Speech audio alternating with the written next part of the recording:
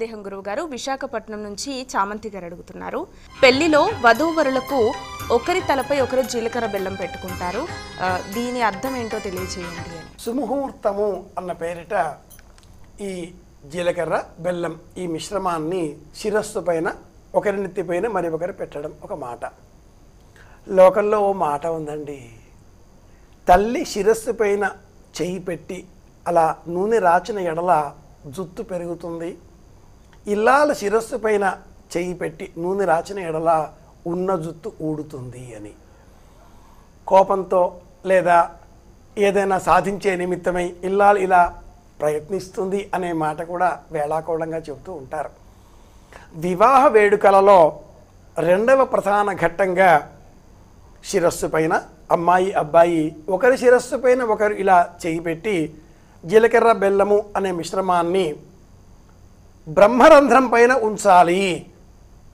ఈనాటి కాలంలో వివాహం నిర్వహించేటటువంటి బ్రాహ్మణోత్తములు సైతం చేస్తున్న తప్పెక్కడ ఉంది అంటే, ఈ జీలకర్ర బెల్లం మిశ్రమాన్ని అరచేతిలో కాకుండా తమలపాకులో ఈ మిశ్రమాన్ని ఉంచి ఆ తమలపాకును చేతికి అందిస్తున్నారు. తమలపాకు తీసేయాలి, చెయ్యి తాకాలి, చేతితో ఆ జీలకర్ర బెల్లమును ఇలా బొటన వేలు శుక్రుడు, చూపుడు వేలు సంతానం, చిటికెన వేలు పట్టుకుంటే ఆడపిల్ల పుడుతుంది, చూపుడు వేలు పట్టుకుంటే కొడుకు పుడతాడు. చెయ్యి పట్టుకోవడంలో కూడా అర్థాలు ఉన్నాయి. ఒకరి చేతిని ఒకరు తాకాలి, ఒకరి నెత్తిని ఒకరు తాకాలి.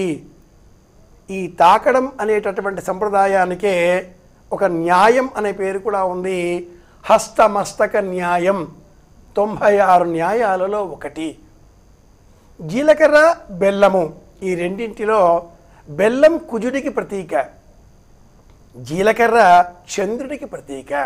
చంద్ర మంగళ సంయోగం అని జ్యోతిషంలో పేరు. వృద్ధాప్యం రాకుండా బెల్లం కాపాడుతుంది. దేహం ముడతలు పడకుండా జీలకర్ర మిశ్రమం కాపాడుతుంది. వంటింట్లో ఉండే జీలకర్ర అందుకే వాడతారు. పంచదారకి బదులుగా బెల్లాన్ని అందుకే వినియోగించండి అంటారు. జీలకర్ర బెల్లం అత్యుష్ణాన్ని నియంత్రిస్తుంది. తమలపాకు లేకుండా జీలకర్ర బెల్లాన్ని ఈ శుక్రుడితో ఇలా చేతితో మెదిపి మధ్యలో తెరసల్లా పట్టుకొనగా అమ్మాయి అబ్బాయి ఒకరి నెత్తిపోయిన ఒకరు ఇలా భద్రంగా ఉంచి అఘోర చక్షురపతి ఘ్నియేది శివాపతిభ్య సుమన ఆ సువర్చ ఆహా ఈ మంత్రం వింటూ ఉండగా ఒకరి కళ్ళల్లోకి మరి ఒకరు అప్పుడు చూడాలి. అది సుముహూర్తం. ఇలా ఒకరి నెత్తిపైన ఒకరు తాకడంతో వృత్తాకారంలో విద్యుత్ వలయం ఏర్పడి తమలపాకులు కూడా లేకపోవడంతో ఒకరి జీవితాన్ని మరి ఒకరు నియంత్రించి అధికారం పొందుతారు. ఇరువురికి మానసిక వృద్ధాప్యం రాదు. ఆరోగ్యంగా ఆనందంగా ఐశ్వర్యంగా ఉంటారు. అన్ని వస్తువులలో జీలకర్రను ఎందుకు వాడాలి? ధనియాలు వాడొచ్చుగా.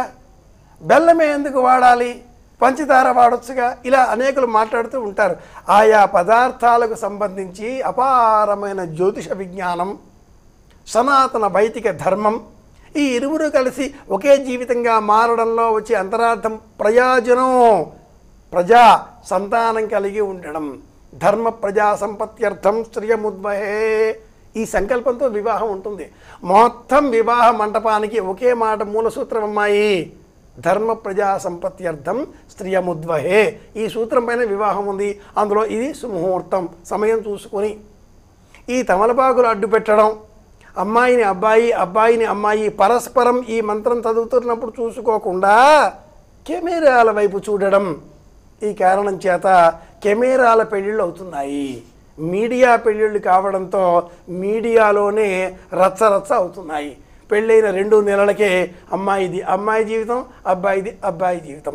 ఎవరి చరవానికి వారి పాసు, వారి పాన్ కోడ్, వాడి ఏమంటారు పిన్ కోడ్, వారి ఏమంటారు పాస్వర్డు అంతా ఎవరికి వారికి వేరైపోతున్నారు. ఇరువురు కలిపి ఒకటే అనే ఆలోచన ఉండాలి. సుముహూర్తం సమయానికి కావాలి. ముహూర్త సమయంలో ఇద్దరి ఏకాగ్రత మంత్రం పైన ఉండాలి. మంత్ర బలం ఆధారంగా ఈ ఇద్దరి జీవితం ఒకటిగా మారబోతుంది.